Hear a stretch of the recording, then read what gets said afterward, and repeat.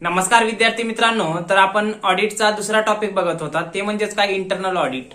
तर त्या internal audit म्हणजेच अंतर्गत अंकेक्षण असं म्हणतात. तर या दुसऱ्या टॉपिक मधला आपण अगोदरच्या लेक्चरमध्ये प्रस्ताविक स्वरूपामध्ये काही माहिती आणि त्यासोबतच काय मिनिंग ऑफ इंटरनल ऑडिट म्हणजेच काय अंतर्गत अंकेक्षणाचा अर्थ बघितला.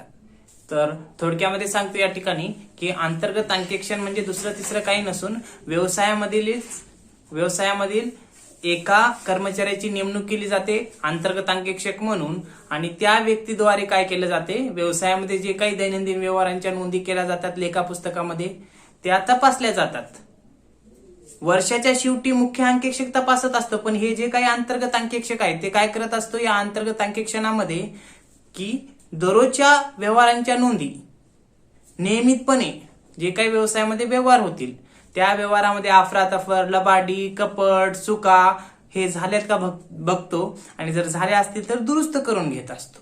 हे लक्षात, जेणेकरून काय होईल, ह्यानं जर आताच जर या अंतर्गत अंकेक्षकानं वेळोवेळी जर दुरुस्ती केली लेखापुस्तकाची, तर जेव्हा मुख्य अंकेक्षक आर्थिक वर्षाच्या शेवटी किंवा मग वार्षिक स्वरूपामध्ये जेव्हा अंकेक्षक करल तेव्हा त्याला त्या लेखापुस्तकामध्ये जास्तीच्या प्रमाणात काही चुका किंवा मग लबाड्या निदर्शनास येणार नाहीत. त्यासोबतच मग जे काही बहिर्गत अंकेक्षक असेल किंवा मग वैधानिक अंकेक्षक किंवा मुख्य अंकेक्षक किंवा मग बहिर्गत अंकेक्षक असेल, हे सर्व एकाच अर्थानं वापरले जातात.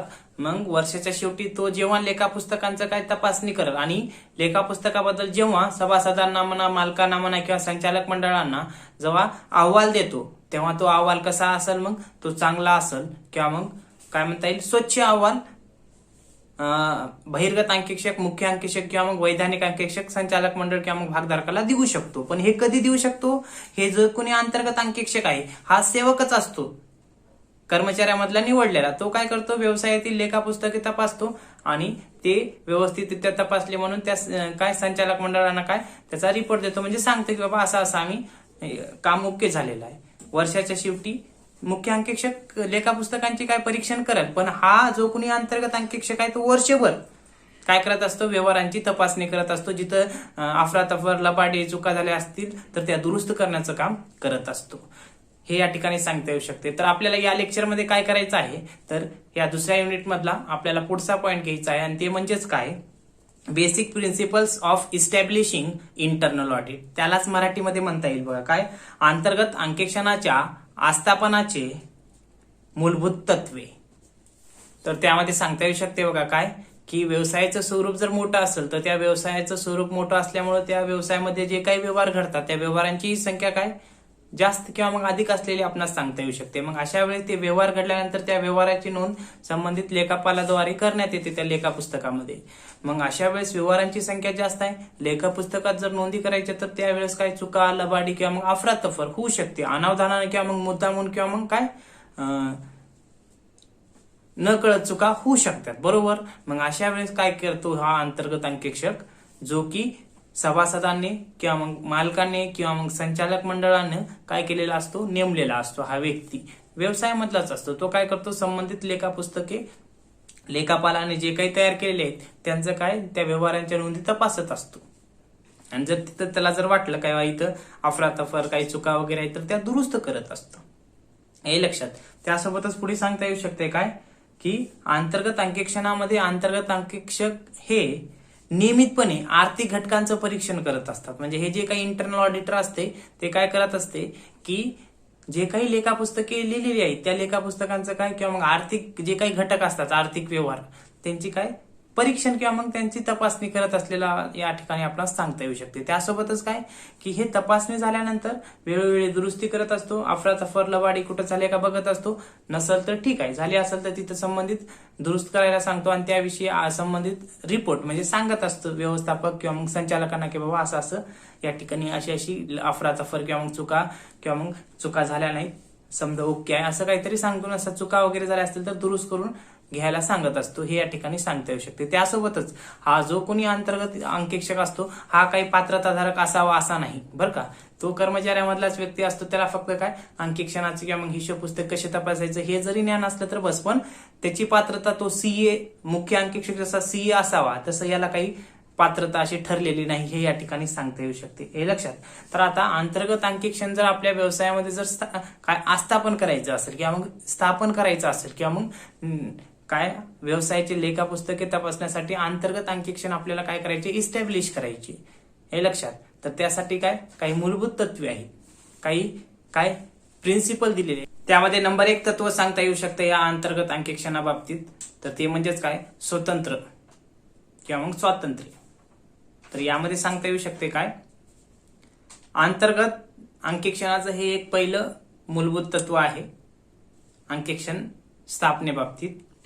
आणि यामध्ये काय म्हटले की अंतर्गत अंकेक्षण करण्यासाठी अंतर्गत विभाग हा स्वतंत्रपणे त्या व्यवसायामध्ये काय निर्माण केला पाहिजे किंवा मग कार्यरत असलेला या ठिकाणी सांगता येऊ शकते. म्हणजेच काय, संबंधित जे काही व्यवसायाचे दैनंदिन नियमितपणे वर्षभर लेखापुस्तके जे तपासण्यात येणार आहेत ते तपासणी करण्यासाठी अंतर्गत अंकेक्षक ठीक आहे कर्मचाऱ्यामधलाच नेमला, पण व्यवसायामध्ये काय करायला पाहिजे की स्वतंत्र डिपार्टमेंट, इंटरनल ऑडिट डिपार्टमेंट म्हणून स्वतंत्र विभाग काय निर्माण केला पाहिजे आणि त्या विभागामार्फत या अंतर्गत अंकेक्षणाचं काम केलं पाहिजे. त्यासोबतच हे जे काही अंतर्गत अंकेक्षणाच्या बाबतीत लेखा पुस्तकांची हे अंतर्गत अंकेक्षणाद्वारे संबंधित अंतर्गत अंकेक्षक काय करत असतो, लेखा पुस्तकांचं परीक्षण करत असतो, तपासणी करत असतो आणि लेखा पुस्तकाविषयी थेट माहिती कुणाला द्यावं लागते, त्यांना संचालकांना द्यावं लागते. म्हणजे त्या लेखा पुस्तकाविषयी थेट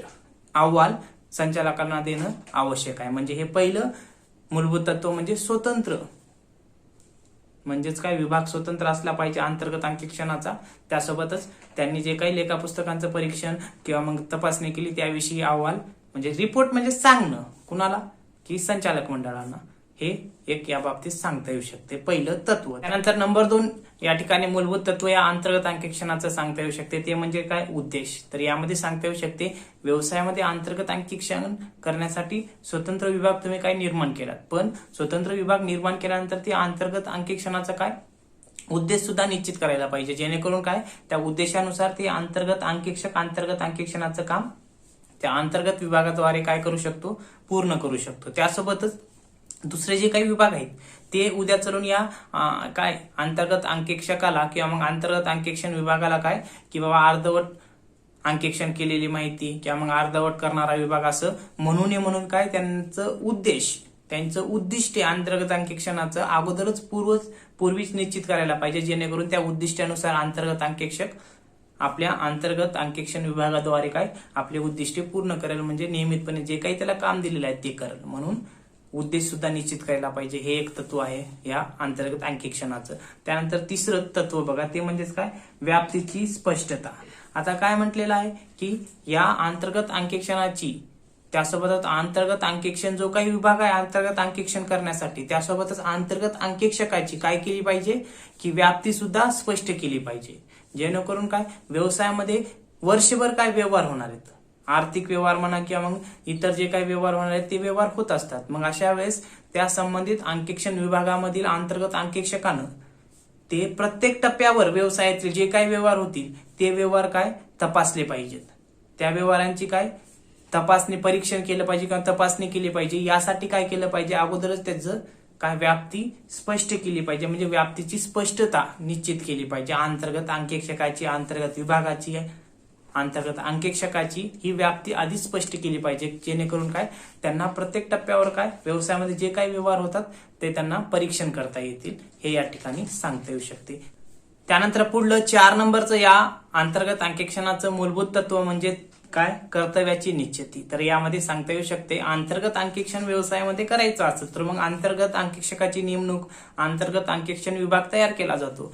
मग आता अंतर्गत अंकेक्षण विभाग तयार केला, मग त्यामध्ये जो कोणी अंतर्गत अंकेक्षक आहे त्याची काय कर्तव्य स्पष्ट केली पाहिजे, कर्तव्य निश्चित केली पाहिजे, जेणेकरून काय त्याला सांगितलं पाहिजे अगोदरच की बाबा तुझी ही ड्युटीज आहे, तू लेखा पुस्तकांचं प्रत्येक टप्प्यावरील परीक्षण कर, पण इतर व्यवहारामध्ये तू डोकावू नको, कारण त्याचं कर्तव्य त्याला दिलं की त्या कर्तव्यानुसारच त्यानं काम करत आहे का हे पाहिलं पाहिजे आणि त्याला सांगितलं पाहिजे की बाबा तुझे जे कर्तव्य आहेत तेच तू पूर्ण कर, इतर व्यवसायाच्या कार्यामध्ये इतर व्यवसाय संघटनेच्या कामकाजामध्ये तू दखल अंदाज घेऊ नको किंवा मग सहभागी होऊ नको, म्हणून त्याची काय अगोदरच काय कर्तव्याची निश्चिती केली पाहिजे. हे एक मूलभूत तत्व या ठिकाणी सांगता येऊ शकते. त्यानंतर पुढलं 5 नंबरचं या अंतर्गत अंकेक्षणाचं मूलभूत तत्व म्हणजेच काय, पात्रता व खर्चाचे प्रमाण.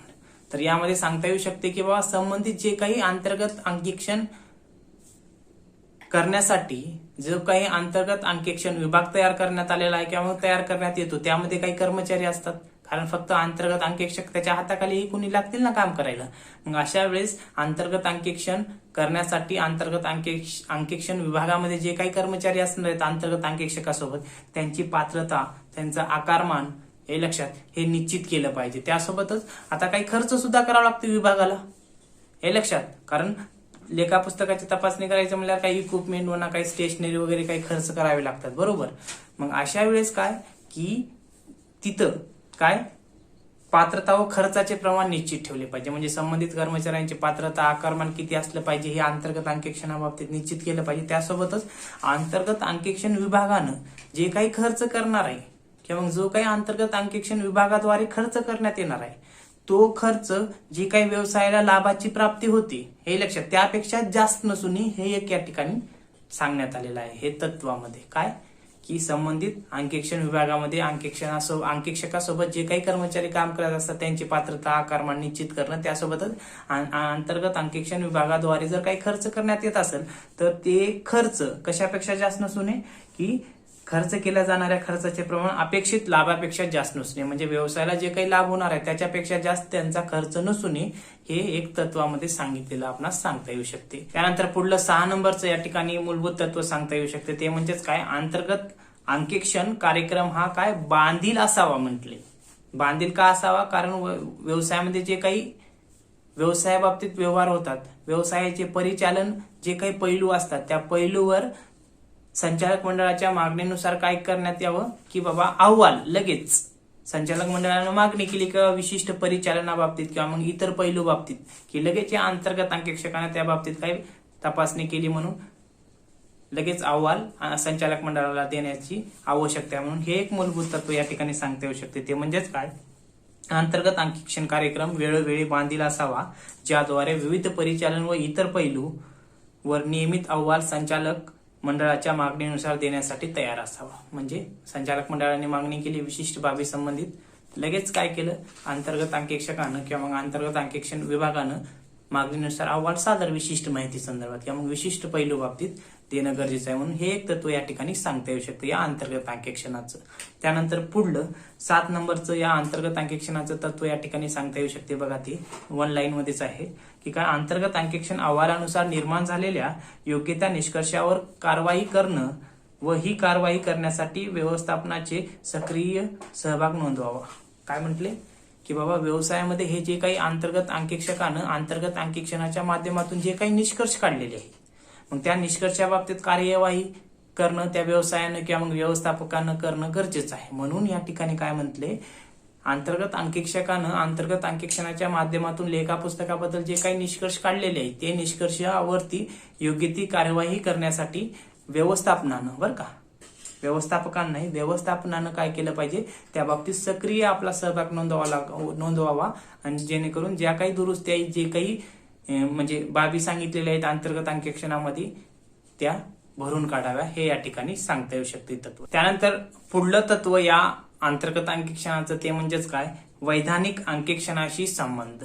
तर यामध्ये या पॉइंटमध्ये सांगता येऊ शकते काय की संबंधित अंतर्गत अंकेक्षकानं जे काही लेखा पुस्तकांचं वर्षभर नियमितपणे जे काही तपासणी केलेली आहे त्या तपासणीविषयी लेखा पुस्तकाबद्दल, वित्तीय विवरणाबद्दल किंवा मग नफा तोटा ताळेबंदाबद्दल जे काही माहिती तपासलेली आहे, परीक्षण केलेलं आहे ते अहवालाद्वारे संबंधित जो कोणी वैधानिक अंकेक्षक असतो म्हणजे मुख्य अंकेक्षक, बहिर्गत अंकेक्षक हे लक्षात, सार्वजनिक अंकेक्षक जो की वर्षाच्या शेवटी अंकेक्षक करतो तो त्याला काय या अंतर्गत अंकेक्षणाची एक प्रत अहवालाची त्याला देणं जेणेकरून संबंधित वैधानिक अंकेक्षक काय करेल त्याच्या आवश्यकतेनुसार काय करेल ते त्याची म्हणजे पडताळणी करेल किंवा मग त्याला हाताळेल त्याच्या आवश्यकतेनुसार. म्हणजे तो अहवाल अंतर्गत अंकेक्षकाचा बरोबर आहे का नाही, बरोबर असेल तर तो त्याच्या मेन अहवालामध्ये समावेश करायचा का नाही तो त्यानं ठरवल. पण यांचं काम आहे अंतर्गत अंकेक्षकाचं काय अंतर्गत अंकेक्षण केले म्हणून त्या कार्याचा